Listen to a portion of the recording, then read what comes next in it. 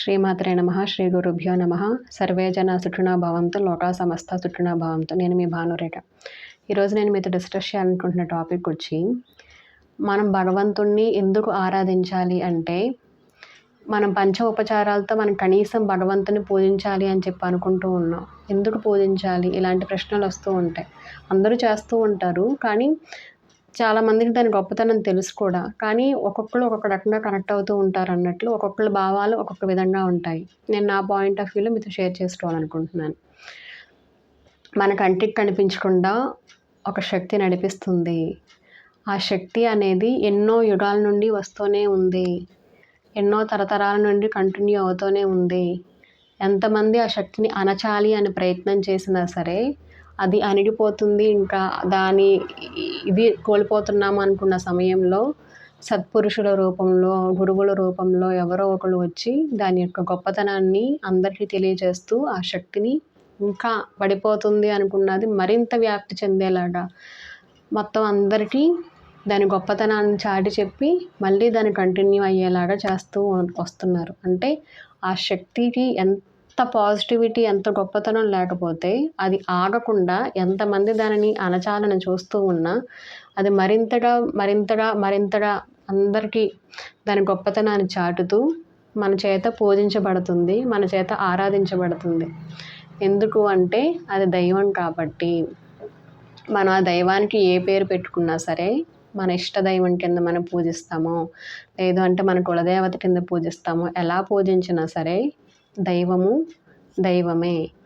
దానికి ప్రత్యేకత ఉంది. అదేంటి అంటే పాజిటివ్ వైబ్రేషన్స్తో నిండిన అనంతమైన శక్తి. అంత ప్రత్యేకమైన దానిని మనం ఆరాధించడం వలన దాని నుండి మనం తిరిగి పొందుతాము. ఏంటి అంటే మరికొంత శక్తిని.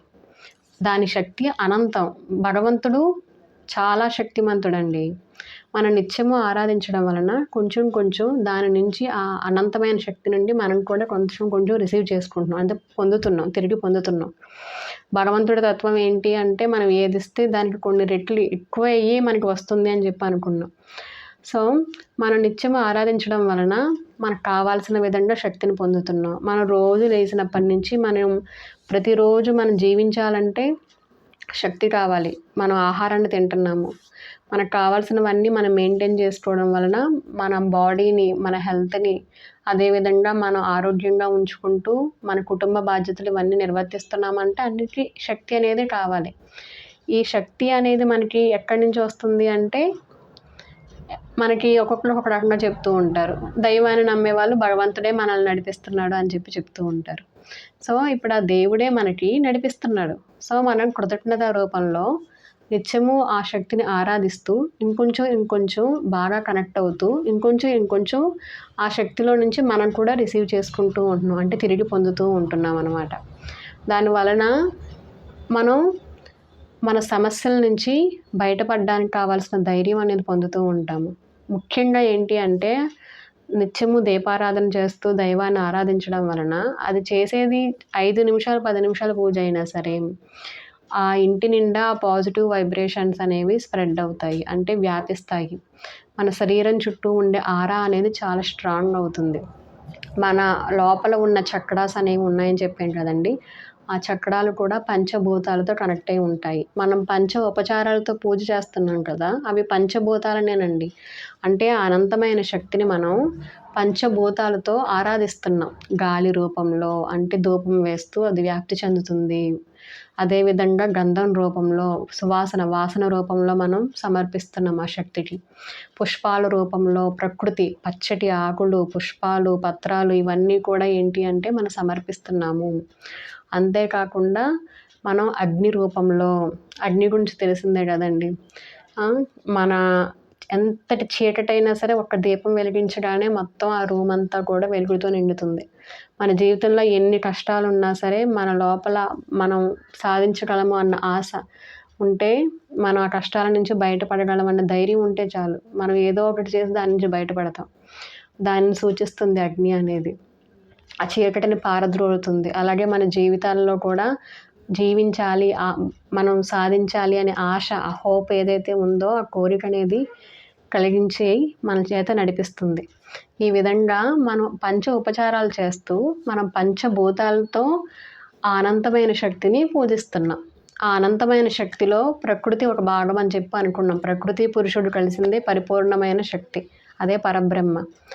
దాంట్లో మనం ప్రకృతి పురుషుడు రెండూ ఉన్నాయి. మనం ఈ పంచ ఉపచారాల రూపంలో ప్రకృతితోనే ఆరాధిస్తూ మనం ఆ శక్తిని యొక్క బ్లెస్సింగ్స్ని, అంటే ఆ శక్తిని మనం రిసీవ్ చేసుకుంటున్నాం. దానివల్ల మనం నిత్యము చేసే పనులు ఏవైతే ఉంటాయో దానిని మరింత హుషారుగా, మరింత శక్తివంతంగా, మనకు కావాల్సినప్పుడు సహాయం కావాలనుకున్నప్పుడు, మనకి సరైన ఆలోచనలు రానప్పుడు, ఇలాంటప్పుడు మన లోపల ఏదైతే యాక్టివేట్ అవుతున్నాయో ఆ లోపల ఉన్న చక్రాలు ప్రకృతితో అనుసంధానమయ్యి అవి మనకి సహాయపడుతూ ఉంటాయి. మనం ఆరోగ్యంగా ఉంటేనే ఏమైనా చేసుకోగలుగుతామండి. ఆ ఆరోగ్యంగా ఉండాలి అన్నా కూడా అది కూడా పంచభూతాలతోనే కనెక్ట్ అయి ఉన్నాయి. అంటే మనం డైరెక్ట్గా ఒక ప్రకృతితో మనం కనెక్ట్ అవ్వకపోయినా ఈ ఒక ఎనర్జీని, అంటే ఒక శక్తిని ఒక దేవుడి రూపంలో పెట్టుకుని మనం పంచభూతాలతో ఆరాధిస్తున్నాం. అగ్ని, వాయువు, వాసన రూపంలో గంధం సమర్పిస్తూ, పుష్పాలు, పత్రాలు అవన్నీ సమర్పిస్తూ మనం పచ్చటి ప్రకృతిని ఈ విధంగా మనం అదే శక్తిని వాటిని సమర్పిస్తూ చేస్తున్నాము. వీటిలో అన్నిటికంటే ముఖ్యమైనది ఏంటి అంటే నైవేద్యం మనం సమర్పిస్తున్నాం. దానికి చాలా ప్రత్యేకత ఉందండి. నైవేద్యం మనం సమర్పించడం వలన మనం కృతజ్ఞత చూపిస్తున్నాము. మనకి ఏదైతే మనం బ్రతకడానికి ఆసరాగా ఉండి మనల్ని నడిపిస్తుందో ఆ శక్తికి మనం కృతజ్ఞత రూపంలో మన దగ్గర ఉన్న దానిని ఆహారం కింద సమర్పిస్తున్నాం. అంతేకాకుండా దాని ద్వారా మనం నేర్చుకోవాల్సింది ఏంటి అంటే అన్నదానానికి మించినంత దానం ఇంకేది లేదు అంటారు. గొప్ప దానం ఏంటి అంటే అన్నదానం అంటారు. ఒక జీవి బ్రతకాలి అంటే దానికి కావాల్సింది ప్రాణంతో ఉండాలి అంటే అన్నము, ఆహారము. ఆ ఆహారానికి అంత గొప్పతనం ఉంది కాబట్టి అన్నదానానికి మించినది లేదని చెప్పి అన్నాన్ని పరబ్రహ్మ స్వరూపంతో పోల్చారు. సో మన దగ్గర ఉన్న దాంట్లోనే మనం దేవుడికి ఏ విధంగా అయితే నైవేద్యం సమర్పిస్తూ ఉన్నామో అదే విధంగా నిత్యము కూడా మన దగ్గర మన చేతనైన కొద్దీ మనం ఎంతో కొంత అన్నదానం చేస్తూ ఉండాలి. ఏది కుదరకపోతే ఇంత వండుకున్న ఆహార పదార్థాలు ఏవైతే ఉంటాయో అవి బయట పక్షులకు కానీ, జంతువులకు కానీ పెట్టినప్పుడు, అవి స్వీకరించినప్పుడు మనం భూతదానం చేసినట్లే. అంటే ఏదో ఒక జీవి వచ్చి దాన్ని స్వీకరిస్తుంది కాబట్టి అది కూడా మళ్ళీ మనం పంచభూతాలతోనే కనెక్ట్ అవుతామన్నమాట. సో మనం ఈ పంచ ఉపచారాలు ఎందుకు చేస్తున్నాము అంటే పంచభూతాలతో కనెక్ట్ అవ్వడానికి. ఈ పంచభూతాలతో ఎందుకు కనెక్ట్ అవుతున్నాము అంటే ఆ శక్తే ఆ పంచభూతాలతో కూడినది. దానినే మనం తెలుసుకోవడం కోసం ఇలా ఆరాధిస్తూ ఇంకొంచెం శక్తిని మనం పొందుతున్నాము. ఈ శక్తిని పొందడం వలన మన ఇల్లు శుద్ధి అవుతుంది. మన శరీరంలో చుట్టూ ఉండే ఆరా అనేది ఏదైతే ఉంటుందో ఆరా అనేది చాలా స్ట్రాంగ్ అవుతుంది. అదేవిధంగా మన లోపల ఉన్న చక్రాస్ ఏవైతే ఉన్నాయో అవి ప్రకృతితో కనెక్ట్ అయ్యి అవి ఇంకొంచెం మంచిగా వైబ్రేట్ అవుతూ ఉంటాయి. మనం రోజు ఆరాధించడం వల్ల మనం ఈరోజు ఫుడ్ తిన్నాం కదా అని చెప్పి రెండో రోజు తినడం మానేయట్లేదు కదండి. రెండో రోజు తింటేనే మళ్ళీ మనకి శక్తి వస్తుంది. అదేవిధంగా మనం నిత్యము ఆరాధించడం వలన పంచ ఉపచారాలతో పూజ చేయడం వలన మనం తెలుసో తెలియకో ప్రకృతితో కనెక్ట్ అవుతున్నాము. దానివల్ల మనం నిత్యము చేసుకునే పనులు ఏవైతే ఉంటాయో దానికి కావాల్సిన శక్తిని పొందుతున్నాము. అంతేనండి. మనం ఇటు నుంచి అటు చెప్పుకున్నా, అటు నుంచి ఇటు చెప్పుకున్నా ఇదే.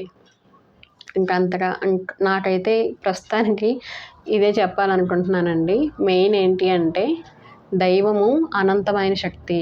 అది మనల్ని నడిపిస్తుంది. మనం దానికి కృతజ్ఞత రూపంలో పంచ ఉపచారాలతో పూజ చేస్తున్నాము. ఏ విధంగా అంటే పంచభూతాలతో కనెక్ట్ అయ్యి ఆ పంచభూతాలతో మనం ఆ శక్తిని ఆరాధించడం వలన మనం లోపల ఉన్న చక్రాలు, మన శరీరం చుట్టూ ఉండే ఆరా, అదేవిధంగా మన ఇంటి లోపల మన ఇంటి వాతావరణం కూడా అనుసంధానం అవుతుంది. సో మనం ఆ శక్తి నుంచి మనం తిరిగి పొందుతున్నాము మనకు కావాల్సినటువంటి పాజిటివ్ ఎనర్జీస్.